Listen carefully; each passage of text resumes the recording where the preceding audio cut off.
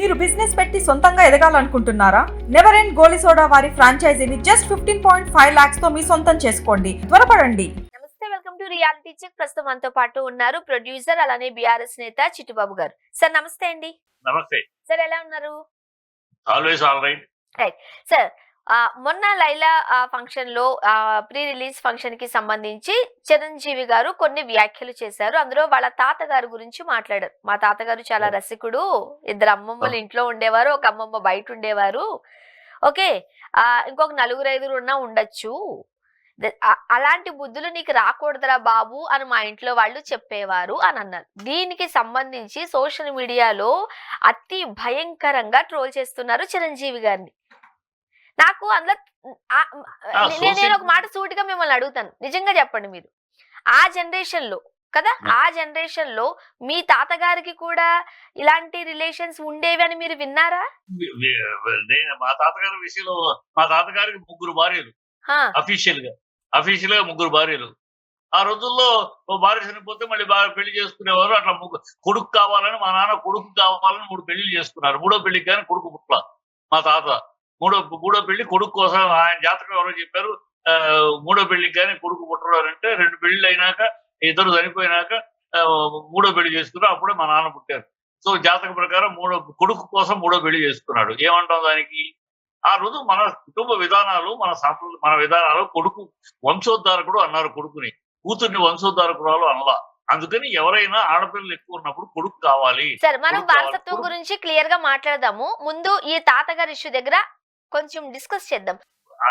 చిరంజీవిని hats off చెప్పాలి. ఎందుకంటే సాధారణంగా ఒక స్టేజ్కి వచ్చినాక గతంలో ఎంత తప్పులు ఉన్నా, ఎంత ఉన్నా గొప్పగా చెప్పుకుంటారు.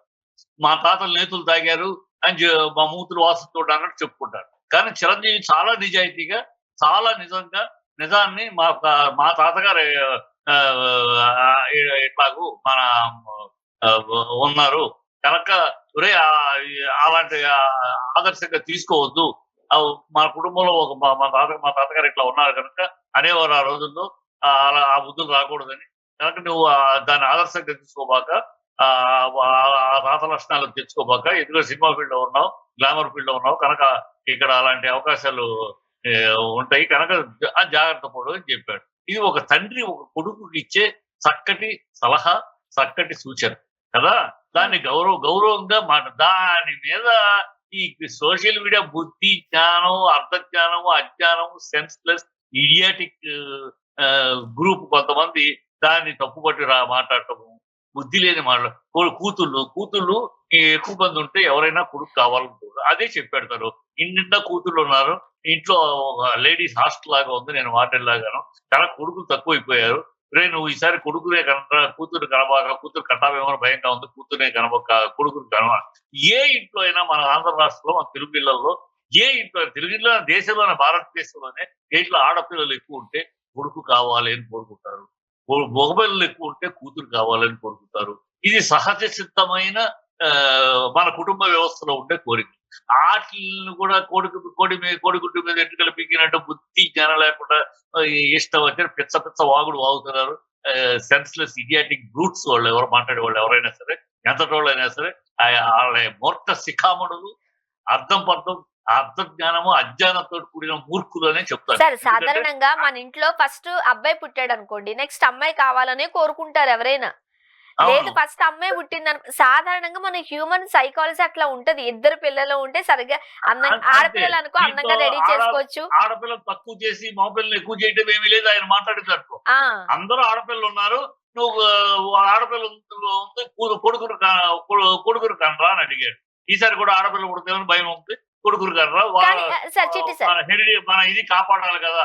ఎస్, మగపిల్లడే కాపాడతాడు, ఆడపిల్లడే కాపాడతాడంటే బుద్ధి తక్కువ మాట. అది వంశోద్ధారకుడు అని మగపిల్లాడే అంటారు. ఎందుకంటే ఇంటి పేరు కంటిన్యూ చేసేది మగపిల్లాడు. ఆడపిల్ల అత్తారింటి ఇంటి పేరు తీసుకుంటారు. వంశోద్ధారకుడు అనేవాడు కొడుకు అని ఎందుకంటారు? ఎందుకంటే ఇంటి పేరు చేసేది కొడుకు, కూతురేమో అత్తారింటి ఇంటి పేరు వెళ్తుంది, భర్త ఇంటి పేరు వచ్చేస్తుంది. కనుక మన ఇది కాపాడటానికి మన కొడదల కొడుకు కావాలరా అని అడిగి తప్పే ఉంది దాంట్లో. ఇప్పటి వరకు మీరు వాళ్ళ తాతగారి గురించి మాట్లాడినప్పుడు నేను కూడా దాన్ని ఏకీభవించాను, అదేం తప్పులేదని. కానీ వారసత్వం గురించి ఒక కొడుకు కావాలి అనుకునేంత వరకు మాత్రం అది సమర్థించగల విషయమే. కానీ కానీ సార్ ఒక్క నిమిషం సమర్థించగలిగిన విషయమే. కానీ మన లెగసీని కంటిన్యూ చేయడానికి ఒక కొడుకు కావాలి అని అంటే మాత్రము దాన్ని ఖచ్చితంగా వ్యతిరేకించాల్సిందే. ఏం సార్, ఇందిరాగాంధీ గారు దేశాన్ని పరిపాలించారు, అప్పుడే మాకు ఊహే తెలీదు. కాదు, ఇందిరాగాంధీ గారు దేశాన్ని పరిపాలించారు. మన కుటుంబ వ్యవస్థ, మన సిస్టము తెలియక మాట్లాడే మాటలు. మన కుటుంబ వ్యవస్థలో వంశోద్ధారకుడు కొడుకే. నువ్వు అవునన్నా కాదన్నా వంశోద్ధారకుడు కొడుకే. కూతురు వంశోద్ధారకుడు కాదు. కూతురు ఇంటి పేరు మారిపోతే పెళ్ళైనాక కొడుకే నా ఇంటి పేరు కంటిన్యూ చేస్తాడు. నాకు బిడ్డ పుట్టే అంటే మగపిల్లాడు అయితేనే త్రిపురాన్ని కంటిన్యూ చేస్తాడు, ఆడపిల్ల అయితే త్రిపురాన్ని అవ్వదు. పెళ్ళయ్యే వరకే, పెళ్ళైనా వెళ్ళిపోతుంది. ఈ రోజుల్లో ఎవరు సార్ ఇంటి పేరు మార్చుకుంటున్నారు? ఖచ్చితంగా నా ఇంటి పేరు నిలబెట్టడానికి, నా వారసత్వం నిలబెట్టడానికి కొడుకు కావాలనుకోవడం దాంట్లో మన చరిత్ర అది, మన కుటుంబ వ్యవస్థ అది, మన విధానాలు అయ్యి మన కొత్తగా ఇప్పుడు మీకోసం కొత్తగా వంశోద్ధారకురాలు అంటారా? ఏం మాట్లాడుతున్నారు? వంశోద్ధారకుడు రాలు అని ఎక్కడా లేదు మన కుటుంబాల్లో. ఇప్పుడు మంచు లక్ష్మి గారు ఉన్నారు, ఆమె సర్నేమ్ ఏంటో పెళ్ళైందని మాకు తెలీదు. మంచు ఫ్యామిలీలోనే ఆమె కూడా మంచు వారసత్వంలోనే వెళుతూ ఉంటారు. నిహారిక గారు ఉన్నారు, ఇప్పటికీ అంటే డివర్స్ కాక ముందు విషయం కూడా నేను చెప్తున్నాను. కొణిదెల నిహారికనే ఉంటది, కొణిదెల సుష్మిత అనే ఉంటది. వాళ్ళ కుటుంబంలో నుంచే మనం తీసుకుందాం, వాళ్ళ కుటుంబంలో నుంచే తీసుకుందాం సార్. ఈ రోజుల్లో మీరు ఇక్కడ మాత్రం అలా మాట్లాడడం. ఒకటి అవుట్ ఆఫ్ ది వే వెళ్తారనుకో, అది కాదు. శతాబ్దాలుగా మన కుటుంబ వ్యవస్థలో ఉన్నది ఇది విధానం. దీంట్లో ఎవరో ఒకళ్ళు వైలేట్ చేస్తారు, ఎవరో వాళ్ళు ఆదర్శం కాదు, వాళ్ళు సూచిక కాదు మనకు, ఈ సమాజానికి సూచిక వాళ్ళు కాదు.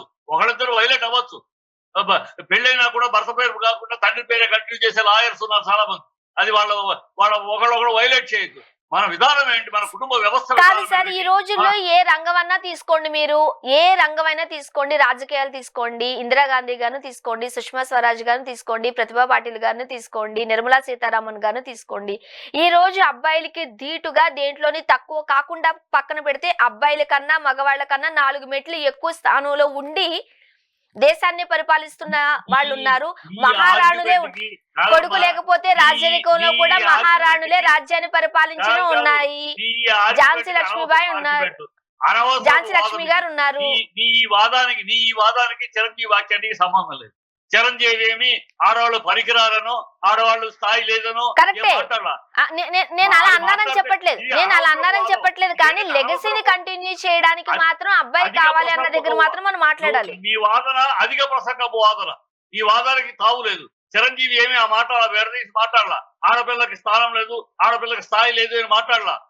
మనం హెరిడిటీ కాపాడటానికి వంశోద్ధారకుడు కావాలి కనుక నువ్వు కొడుకును కనరా అన్నాడు. దీంట్లో తప్పే లేదు. దాంట్లో ఏమి ఆడపిల్లలు కించపరచడమో, ఆడపిల్లకి స్థాయి లేదంటమో, ఆడపిల్లలు పనికి రాదంటమో అలాంటి వ్యాఖ్యానాలు లేవు. ఇది వికృత అర్థాలు తీసి, విషప అర్థాలు తీసి చేసే బాపం తప్పితే దీంట్లో అర్థం పర్థం లేని వాదం. అజ్ఞానము, అర్థజ్ఞానము, మన భాష, మన భావజాలము, మన కుటుంబ వ్యవస్థ, మన విధానం, శతాబ్దాలుగా మన పుడికి పుచ్చుకున్న మన విధానాలు. ఈ మన దేశంలో మన కుటుంబ వ్యవస్థని ప్రపంచంలోనే ఎందుకు గొప్పగా గౌరవిస్తారంటే ఇందుకే. కొన్ని విధానాలు కట్టుబడి ఉండబట్టే. అమెరికాలోను మిగతా దేశంలో కుటుంబ వ్యవస్థకు విలువలు లేవు. ఎందుకు లేవు అంటే వాళ్ళది ఎవడో ఎటో తెలియదు. Your children, my children are playing with our children, రకరకాలు ఉంటాయి వాళ్ళకి.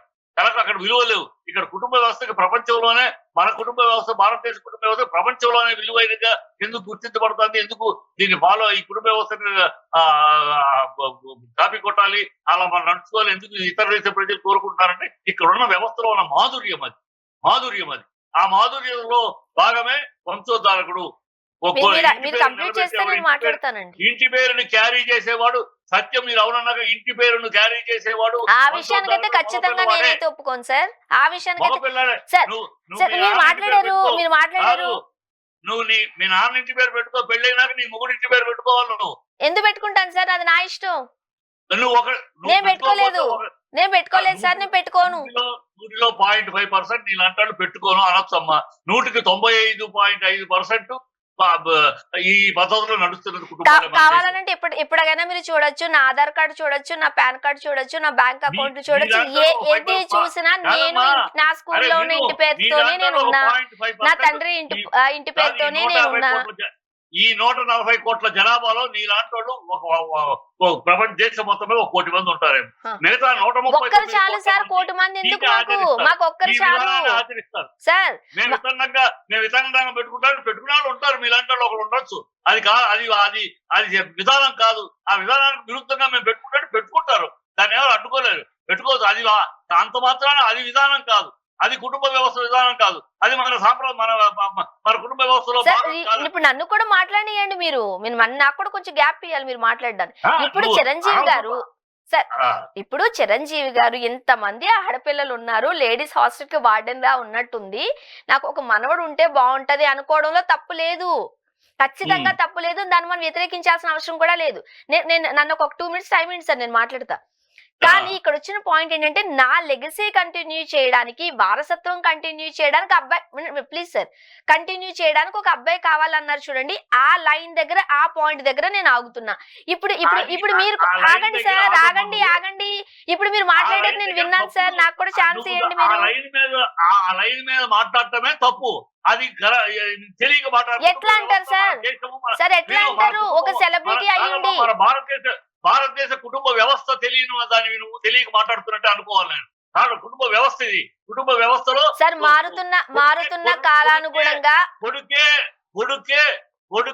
ఎక్కడ చెప్పారు సార్ కొడుకే అని? ఎవరు చెప్పారు సార్? ఎక్కడుంది సార్ కొడుకే? మన ఇంటి పరువు నిలబెట్టేది ఇంటి ఉంది. రఘువంశ రామ వంశం అనేది పోయింది సార్, ఆ రోజులు పోయాయి. ప్లీజ్, ఆ రోజులు పోయాయి. ఈ రోజు కొడుకులు ఎవ్వరు కూడా సార్, ప్లీజ్ మీరు కూడా నాకు ఛాన్స్ ఇవ్వండి 2 నిమిషాలు. నేను కంప్లీట్ చేసినందుకు మీరు మాట్లాడండి. పోయిందంటే ఎట్లా అమ్మా?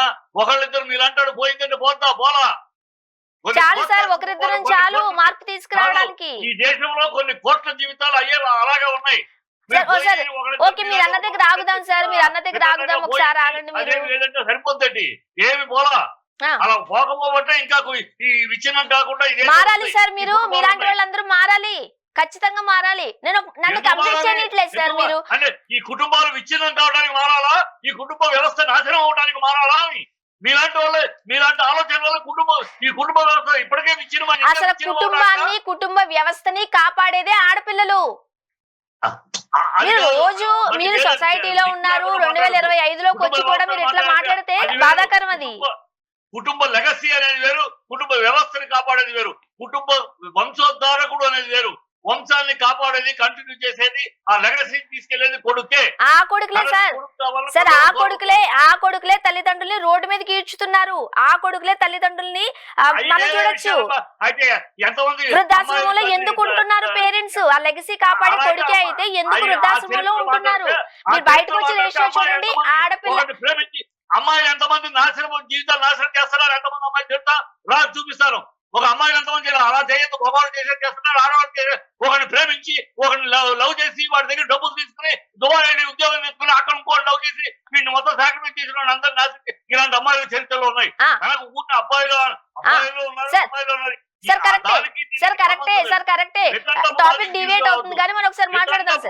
తీసుకురావద్దు.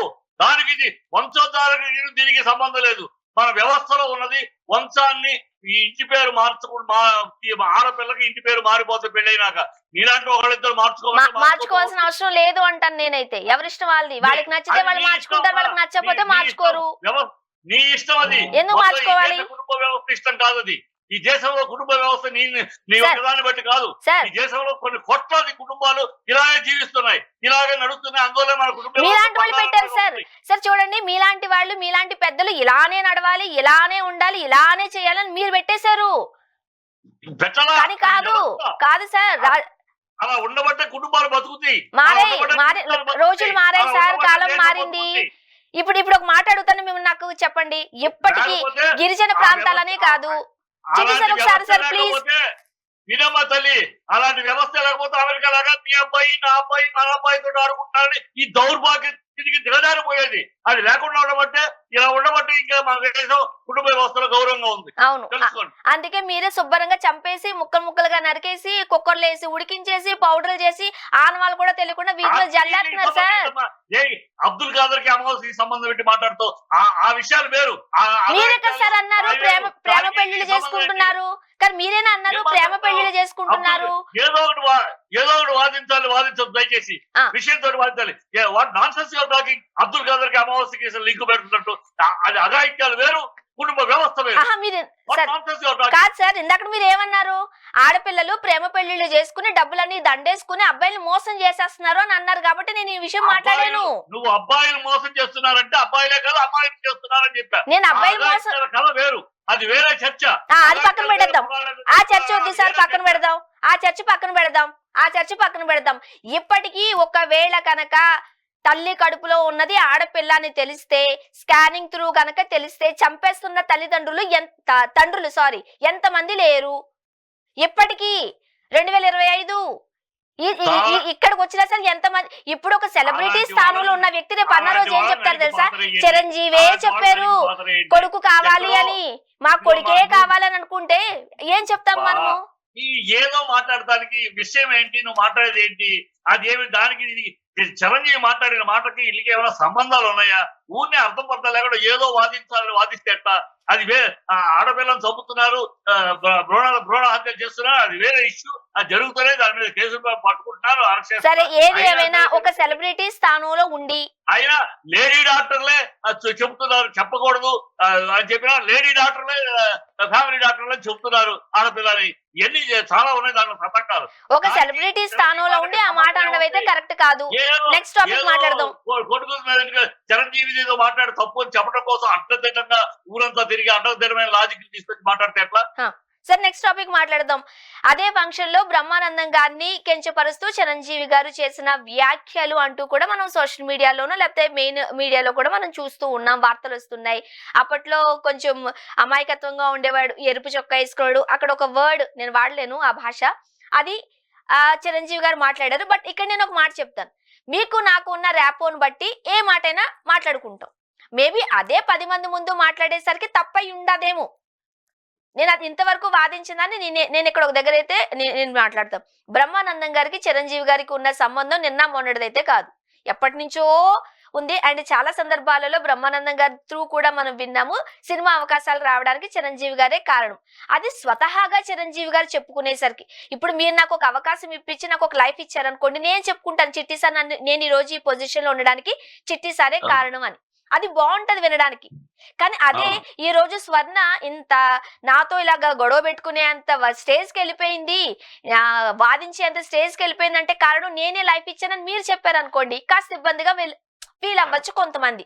ఇప్పుడు అదే పరిస్థితి మనం బ్రహ్మానందం గారి ఇష్యూలో చూస్తున్నాం. మీరేమంటారు?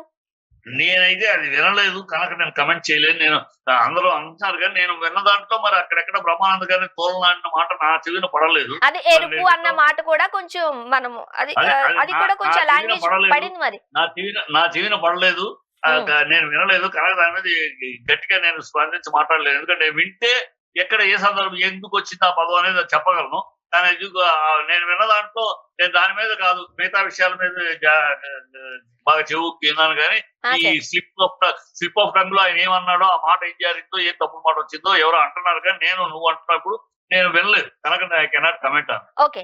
అండ్ ఈ రోజు మనం చూడొచ్చు, బన్నీ అకౌంట్ ను రామ్ చరణ్ గారు అన్ఫాలో చేశారు. దీన్ని ఏమంటాం, blood is thicker than water. అర్థమైందమ్మా? Blood is thicker than water. ఇవాళ అన్ఫాలో చేసుకుంటారు, రేపు ఫాలో అవుతారు. ఏముంది దీంట్లో? వాళ్ళ కుటుంబం అంతా ఒకటి 10 మాట చెప్పుకుంటున్నారు. ఏదో చిన్న చిన్న భేదాభిప్రాయాలు ఉంటాయి, అనుకుంటారు, కలుస్తారు. నిన్న చిరంజీవి నా మేనరుడు సక్సెస్ అయితే నాకు గొప్ప కాదా అన్నాడు. అరవింద్ నా కొడుకులు అంటాడు, రామ్ చరణ్ నా కొడుకు కన్నా ఎక్కువ అని అన్నారు. వాళ్ళు ఏదో చిన్న చిన్న తేడాలు వస్తే ఈ సోషల్ మీడియా బీభత్సం చేస్తారు. వాళ్ళు ఒకటే, వాళ్ళ కుటుంబం ఒకటే. ఊరినే పైకి ఈ చిన్న చిన్న విషయాన్ని మనం రెచ్చగొట్టి మనం ఏదో కంఠశోష మనం అనుకుంటుంది సోషల్ మీడియాలో రెచ్చిపోయి మాట్లాడుతుంటే వాళ్ళ కుటుంబం ఒకటే. ఆరంభం నుంచి ఈయన అల్లు అరవింద్ చిరంజీవి తోడ్పడితే చిరంజీవి అల్లు అరవింద్ ఒకళ్ళకొకళ్ళు సహకరించుకుంటూ ఒకళ్ళు ఎదగడానికి ఇద్దరు సహకరించుకుని పడ్డారు. కనుక వాళ్ళ కుటుంబాలు రెండు ఒకటే. అల్లు కుటుంబము చిరంజీవి కుటుంబం ఒకటే, సార్ బంధువులే, ఆ, రక్తబంధాలే. సార్ రక్తబంధాలు దీంట్లో blood is thicker than water. వాళ్ళు ఏదో చిన్న అలా మొహం తిప్పుకున్నారు, మనం ఇంత భూతత్వంలో దాన్ని అలా అయిపోయింది, వాళ్ళ తేడా వచ్చే ఎన్ని ఫ్యాన్స్ చేసుకునే పిచ్చి బాగుళ్ళు, హ్మ్. పిచ్చి వేషాలు. ఫ్యాన్స్ ని ఎన్ని పప్పులు తప్పు అవుతారు తప్పు ఇంకోటి కాదు. వాళ్ళు ఎన్నోసార్లు అందరూ చెప్తున్నారు, చిరంజీవి చెప్పే, పవన్ కళ్యాణ్, బన్నీ చెప్పే, ఎన్టీఆర్ కాదు సార్, ఒకసారి చెప్పే. నా పాయింట్ వినరా మీరు? నా పాయింట్ వినరా సార్? ఇప్పుడు నిజమే, అల్లు అరవింద్ గారు ఒక మాట ఏదో మాట్లాడినప్పుడు కాస్త ఇబ్బందికరమైన వచ్చినప్పుడు నాకు రామ్ చరణ్ కొడుకు లాంటి వారే, మీరు ఒకవేళ అలా భావించున్నట్లయితే ఐఎమ్ సారీ అని చెప్పేశారు. అలాంటి అంతే. మూమెంటే కనుక చిరంజీవి గారి దగ్గరకు వచ్చినా సరే చిరంజీవి గారు కూడా ఇదే వ్యాఖ్యలు ఇలానే చేస్తారు, కాదనలేం మనం. కానీ పిల్లలు ఎందుకు అర్థం చేసుకోవట్లేదు దాన్ని? బన్నీ రామ్ చరణ్ దాన్ని కంటిన్యూ చేయలేకపోతున్నారు. వీళ్ళిద్దరూ అర్థం చేసుకున్నంత బ్యాలెన్స్ పిల్లల దగ్గర ఉండట్లేదు. మీరు అనుకున్న గొడుగుడు మీద వెంట్రుకలు పెరగడం అర్థం చేసుకోలేదు అనుకుంటా. మరి ఎందుకు అన్ఫాలో చేశారు? అన్ఫాలో చేస్తే విరోధమా? ఏం మాట్లాడతారు? అంటే ఏమీ లేకుండా ఎందుకు అన్ఫాలో చేస్తారు? అన్ఫాలో చేస్తే ఏంటి? ట్విట్టర్ అన్ఫాలో చేస్తే పెద్ద విరోధం. అది విరోధాలు వస్తే అన్ఫాలో చేస్తారా? నాకు టైం లేకపోతే కూడా నేను అన్ఫాలో ఇప్పుడు మీకు చేస్తాను. నాకు గొడవ అయితేనే కదా సార్ నేను మిమ్మల్ని అన్ఫాలో చేస్తాను, లేకపోతే ఎందుకు అన్ఫాలో చేస్తాను? నాకు గొడవ అవసరం లేదమ్మా. నాకు టైం లేదనుకో, ట్విట్టర్ చూడడానికి వాటికి టైం లేదనుకో, ఆయన అన్ఫాలో టైం చేస్తాను. లేకపోతే ఎందుకంటే మానేయండి వస్తా సార్, ఉంటాయి, అంతేగాని సమాధానం అన్ఫాలో చెప్పలేం. చేస్తే ఏదో గొడవలు ఉన్నాయి, ఫ్యామిలీలో ఏదో జరుగుతుంది అనుకుంటాం కదా. అన్ఫాలో చేస్తాను. నాకు టైం లేకపోతే, నా తీరిక లేకపోతే, నాకు ఆ ఇంట్రెస్ట్ తగ్గిపోతే అన్ఫాలో చేస్తాను. ఈ ఓకే అన్ఫాలో చేస్తేనే విరోధాలు వచ్చేసినట్టు, కొట్టాడుకున్నట్టు, కత్తులు చూసుకున్నట్టు. సార్, ఏమీ లేదంటారు మీరు. ఓకే ఏమీ లేదు. సరే, ఊరినే మనం చిలికి దాన్ని ఏదో చేసి దాన్ని ఏదో భూతత్వాలు చూపించి మన సురకానందం పొందటం తప్పితే ఫ్యాన్స్ ఏమీ లేదు. సరే ఇంకో టాపిక్ వెళ్దాం సార్. మనం లైలా ఇదే అంటే పృథ్వీరాజ్ గారు మాట్లాడిన మాటలు ఒక సినిమా, నాకు ఆ సినిమా పేరు తీయడం ఇష్టం లేదు సో నేను తీయట్లేదు. ఒక సినిమా ప్రీ రిలీజ్ ఫంక్షన్ లో పృథ్వీరాజ్ గారు మాట్లాడిన మాటలు మీరేమంటారు? ఏకీభవిస్తారా? ఆయన కరెక్టే అన్నారంటారా? అలా మాట్లాడి నేను ఉండి ఉండకూడదు అంటారా? బుద్ధి జ్ఞానము లేని అతివాగుడు లూజ్ టంగ్ అని అంటారు. ఒక ఫంక్షన్, సినిమా ఫంక్షన్ లో నువ్వు వచ్చినప్పుడు నిన్ను ఆ సినిమాలో యాక్ట్ చేసేది నేను పిలిచినప్పుడు ఆ సినిమా ప్రమోషన్ కి, సినిమాకి సంబంధించిన విషయాలు మాట్లాడాలి. సినిమాకి సంబంధించిన విషయాలు, సినిమా హీరోని గురించో, డైరెక్టర్ గురించో, సినిమాని గురించో, నువ్వు దాంట్లో సినిమాలో పాటల గురించో, ఆ సినిమా ప్రమోషన్ ప్రజల దగ్గర. ఫంక్షన్ ఎందుకు పెడతాం? సినిమా ఫంక్షన్ సినిమా వేదిక, అది రాజకీయ వేదిక కాదు. సినిమా వేదికలో సినిమా విషయాలు మాట్లాడాలి. బుద్ధి జ్ఞానం తక్కువై అధిక ప్రసంగతరంగాను, అనవసరంగాను అక్కడ రాజకీయాలు మాట్లాడటం వల్ల ఎవరికి నీకేముంది? మాట్లాడేసి నోటి దూరం తీసుకుని వెళ్ళిపోయావు. నష్టపోయేది ఎవరు? ఆ ప్రొడ్యూసర్, ఆ హీరో, ఆ డిస్ట్రిబ్యూటర్లు, ఆ వీళ్ళు. ఇవాళ 1,00,000 వచ్చింది బాయ్కాట్ అని, 1,00,000 మెసేజ్. ఎవరికి నష్టం? నీకేముంది? నీది కాకపోతే కాశీ తేకమని నీ దూల నువ్వు తీర్చుకున్నావు. నష్టపోయేది వాళ్ళు దాంట్లో లేదు కూడా, ఆ సీన్ కూడా లేదని చెప్తాడు పైగా వీక్షిస్తే. లేనిది ఏదో పెద్ద మెహర్బారీగా ఏం నోటి దూల. నువ్వు ఎవడివి? Prithviraj, who are you? మీరు పెద్ద సినిమాలు, మంచి సినిమాలు ప్రొడ్యూస్ చేశారు. మీరు ఒక ప్రొడ్యూసర్ గా ఉన్నారు కాబట్టి నేను ఈ మాట మాట్లాడుతాను. ఇప్పుడు సినిమా ఫంక్షన్ ఏదైనా కావచ్చు. ఇంతవరకు మీరు ఒక మాట అన్నారు, ఎస్ అవి సినిమా ఫంక్షన్లు. సినిమా గురించి వచ్చినప్పుడు నేను మీ సినిమా ఫంక్షన్ నేను ఉన్నాను అనుకోండి, నేను మీ గురించి, మీ సినిమా గురించి మాత్రమే మాట్లాడాలి తప్ప రాజకీయాలు మనం మిక్స్ చేయకూడదు. కానీ ఈ రోజుల్లో అది ఎవరైనా సరే రాజకీయాల గురించి మాత్రమే మాట్లాడుతున్నారు. అంతా అయిపోయిన తర్వాత చిరంజీవి గారు కూడా ఆ రోజు ఒక మాట ఏమన్నారు తెలుసా? ప్రజారాజ్యం పార్టీ ఈ రోజు జనసేనగా రూపాంతరం చెందింది. ఎందుకు? సినిమాల గురించి. అది ఎవరైనా సరే మీరు అన్నట్టుగా. నేను అనేది ఒకళ్ళ గురించి ఈ దౌర్భాగ్యం పోవాలి. ఈ సినిమా ఫీల్డ్ లో ఈ జాడ్యం పోవాలి. ఎన్నికలప్పుడు రాజకీయాలు, ఎన్నికలప్పుడు నువ్వు ఏ పార్టీకి సమర్పిస్తావో, ఏ పార్టీ సరిపిస్తూ ఎల్లు ప్రాపకాండ చేసి తగలడు. అంతే. తన సినిమా ఇక్కడ సినిమా ఫీల్డ్ లో అన్ని పార్టీల వాళ్ళు, అన్ని మతాల వాళ్ళు, అన్ని కులాల వాళ్ళు నా ప్రేక్షకులు ఒక కులానికో, ఒక మతానికో, ఒక పార్టీకి కట్టుబడిన వాళ్ళు కాదు ప్రేక్షకులు. సో ఈ సెన్స్ ఉండాలి. సినిమా ఫీల్డ్ మన ఇంటి మీద మనం రాళ్ళు వేసుకుని మనం పొర చదువుకోకూడదు. ఆ రాజకీయాలు వేరు అనే సెన్స్ అందరికీ ఉండాలి. అది ఇవాళ వృద్ధి లాంటి వాడికి లేదు అంటే వాడు ఒక అధిక ప్రసక్తి వాగాడు, చేశాడు. ఈ స్టేజ్ లో వాళ్ళని అలాంటి మందలించాల్సిన థెరపీలు అంటూ మందలించాలి. సినిమా ఫంక్షన్ లో ఏంటి రాజకీయాలు అని మందలించాల్సి ఆయన కూడా మాట్లాడాడు. ఆయన కూడా మాట్లాడటం వల్ల ఏమవుతుందంటే అలాంటి వాళ్ళు పెద్దవాళ్ళు చిరంజీవి లాంటి వాళ్ళు ఖండిస్తే ఇతరులు వృద్ధిరాజు లాంటి గొట్టంగాళ్ళు మాట్లాడరు.